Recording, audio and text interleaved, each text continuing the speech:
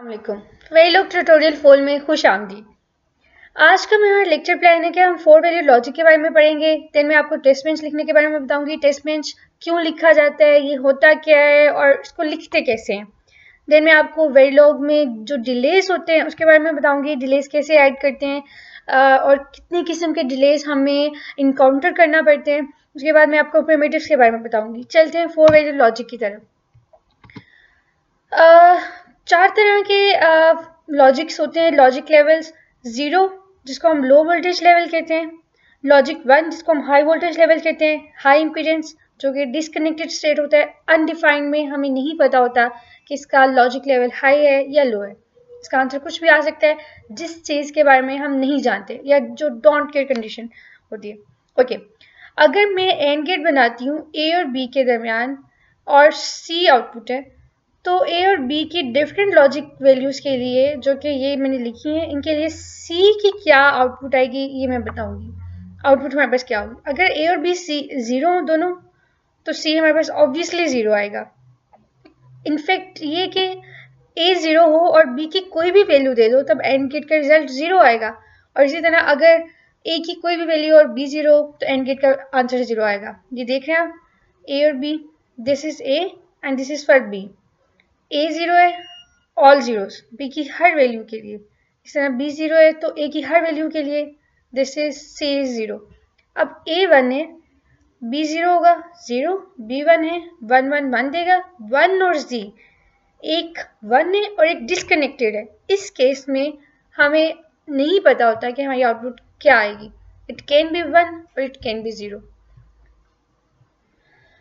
हाँ, तो अगर ए हमारे पास वन होगा और बी अननोन होगा तब हमारी आउटपुट अननोन पे डिपेंड करेगी। अगर अननोन हमारे पास वन है then it will be one, अगर ज़ीरो है तो ये ज़ीरो होगा। सिमिलरली जी के केस में अननोन होगा, एक्स के केस में भी सब अननोन होंगे एक्सेप्ट ज़ीरो। ये हमारे पास 4 वैल्यूड लॉजिक। टेस्ट बेंच कैसे लिखते हैं?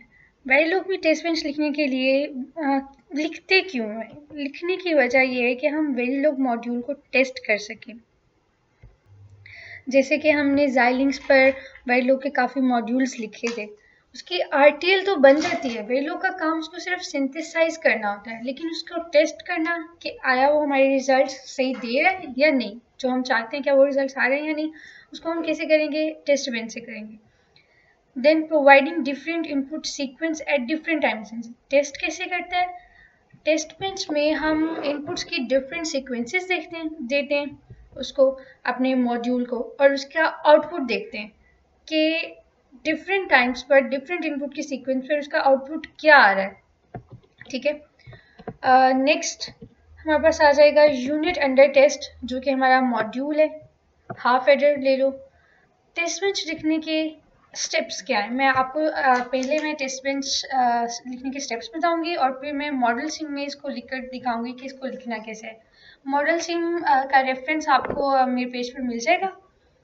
चलते हैं न्यू टेस्ट बेंच मॉड्यूल। पहले आपको टेस्ट बेंच का मॉड्यूल बनाना पड़ता है जिसका नाम टी डैश हाफ एडर, ये इसका नाम जो है ये इस जैसा ही होगा, half adder, and this is T dash half adder.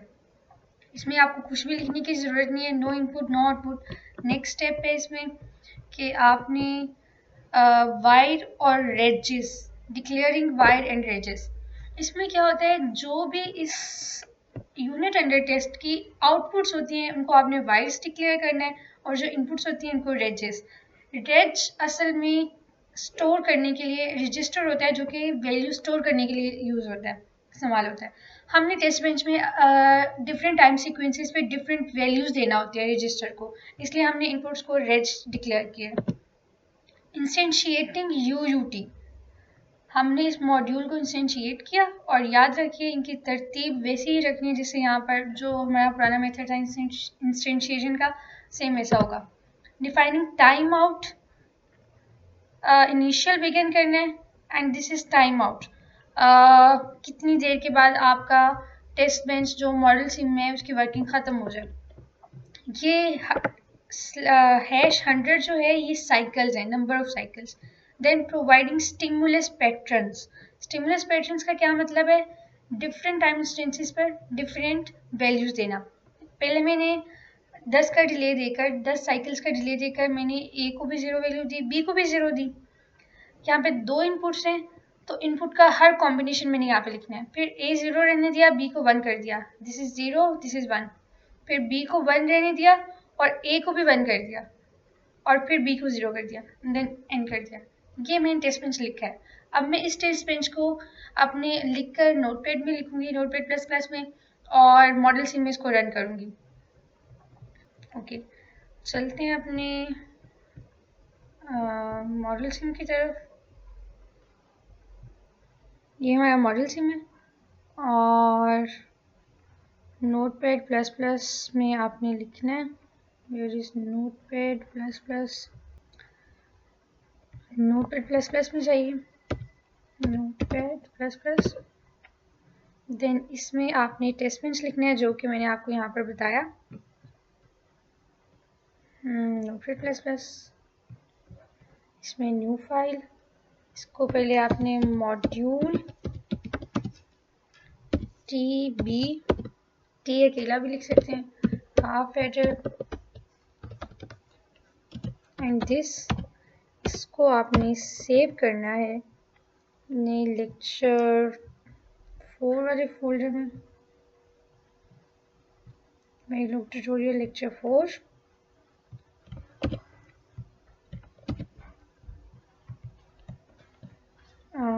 नाम मैं लिख सकती हूँ यहाँ पर टीबी। याद रखें कि ये जो नाम है टीबी हाफ एडर, ये मॉड्यूल के नाम के एग्जैक्ट बराबर होना चाहिए, वरना मसले पैदा हो जाएंगे। ठीक है, अब मैं इसको कॉपी पेस्ट कर देती हूँ, एग्जैक्ट ये चीज़, copy paste and then end पर एंड मॉड्यूल।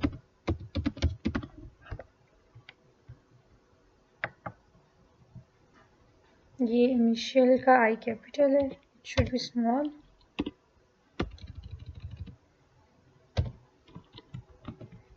ठीक है। ये रेड स्पेस प्रॉपर स्पेसेस होने चाहिए, मैंने सेव कर लिया है। अब मैं मॉडल सिम में जाऊंगी और उसको ऑन करूंगी।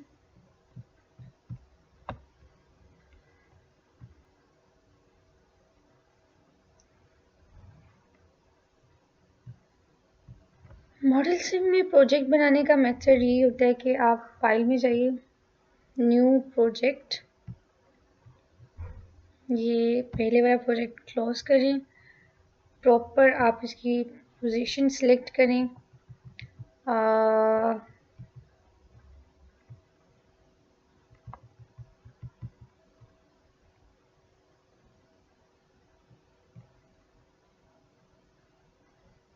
इसमें मैं न्यू बना देती हूँ वेरिलोग के नाम से फोल्डर, ओके। और इस प्रोजेक्ट का नाम मैं रख देती हूँ हाफ एडर, क्योंकि मैं हाफ एडर को टेस्ट करना चाहती हूँ।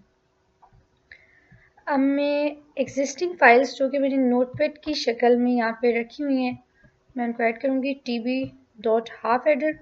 जो टेस्ट बेंच फाइल होती है उसके लिए आपने इसको कॉपी टू प्रोजेक्ट डायरेक्टरी भी करना होता है, वरना आपका सही नहीं चलता। देन ऐड एग्जिस्टिंग फाइल, अब मैं हाफ एडर की फाइल इसमें ऐड करूँगी जो कि मैंने लेक्चर 3 में रखी थी, back abc module half adder, open, इसका रेफरेंस ही बहुत है, क्लोज। अब मैं इनको कंपाइल करूँगी, कंपाइल ऑल, ये कमांड है कंपाइल ऑल की।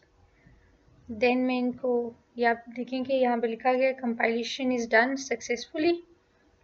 अब मैं इसको सिमुलेट करूँगी, सिमुलेट में आप वर्क में जाएंगे और tb.halfadder को चूज करेंगे। हाँ, तो यहाँ पर हमारा एक एरर लोडिंग डिज़ाइन आ गया और मैं चाहती थी कि एरर आता। आप इस एरर को पढ़ेंगे और मैं इसको फिर हल करना आपको सिखाऊंगी। यहाँ पे लिखा हुआ है error, this instantiation of half adder failed, the design unit was not found, time search label later, okay। हाँ, तो यहाँ पर लिखा हुआ है इंस्टेंशिएशन ऑफ हाफ एडर फेल्ड। यहाँ पे मैंने हाफ एडर का एच स्मॉल लिखा है और यहाँ पर जो मेरी फाइल है उसमें हाफ एडर मॉड्यूल इसका एच कैपिटल है, तो मैं इसको कैपिटल करूँगी।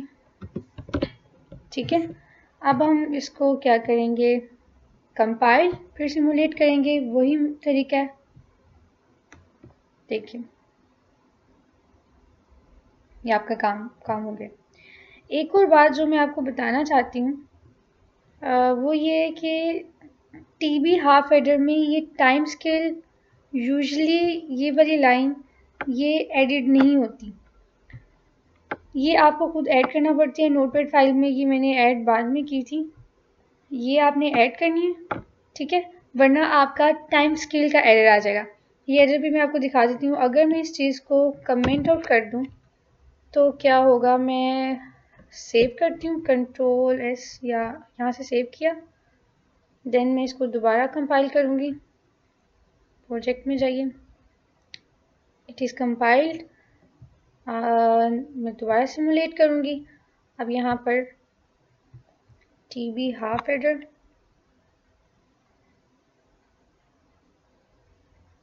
एरर लोडिंग डिज़ाइन, ये एरर क्यों आया है? ये एरर आया है this does not have a time unit और time precision specification in effect. इसमें टाइम स्केल हमने नहीं बताया हुआ। अगर हम टाइम स्केल, ये चीज़ आपने नोटपैड फाइल में ऐड करना होती है, या आप यहाँ पे भी लिख सकते हो, टेस्ट बेंच के लिए बहुत ज़रूरी होती है। देन मैं इसको दोबारा सेव करूँगी, कंपाइल करूँगी और simulate work half adder, okay. So ये मेरा अपलोड हो गया।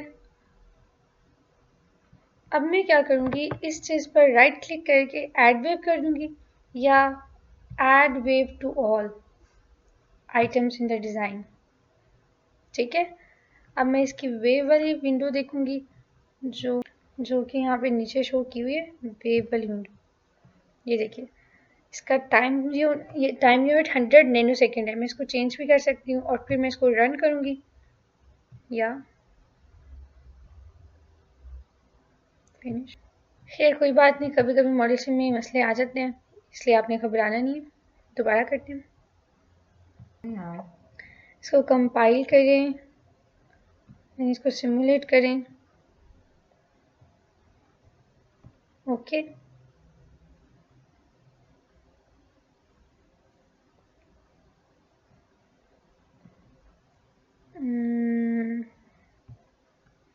Okay, now add wave to all items in the design। अब आप वेव विंडो देखेंगे यहाँ से, ये रन करिए इसको, एक मिनट, यहाँ से भी रन किया जा सकता है। नो, सो हमारी अब ये वेव्स आ गई हैं। मैं अगर इसको जूम आउट करना चाहती हूँ, यहाँ से करिए, ठीक है। अब ये कुछ टाइम के लिए इसको नहीं पता था उनकी वैल्यूज़ का, ये मेरे पास सम है, ये मेरे पास कैरी है, ये ए है, ये बी है। जब ए मेरे पास 0 है और बी भी 0 है, तब मेरे पास सम 0 आएगा। जब ए 0 है, बी 1 है, then sum will be 1 and the carry will be 0। जब बोथ ए और बी 1 होंगे, तब हमारे पास सम 0 होगा और कैरी 1 होगा। जब ए 1 होगा, बी 0 होगा, तब सम 1 और कैरी 0 होगा। और ये 100 के बाद ख़त्म हो जाएगा, जो हमने शुरू में फिनिश लिखा था। ये अब हमने अपनी वर्किंग वेव फॉर्म्स के ज़रिए से चेक कर ली और हमने अपने कोड को वेरीफाई कर लिया कि डिफरेंट वैल्यूज़ ऑफ ए और बी के लिए क्या हमारा हाफ एडर सही काम कर रहा है या नहीं कर रहा। ठीक है, आज के लिए इतना ही बहुत है। नेक्स्ट टेस्ट बेंच की जो आगे वाली चीज़ें मैं आपको नेक्स्ट लेक्चर में बताती हूँ। ओके, तब तक के लिए अल्लाह।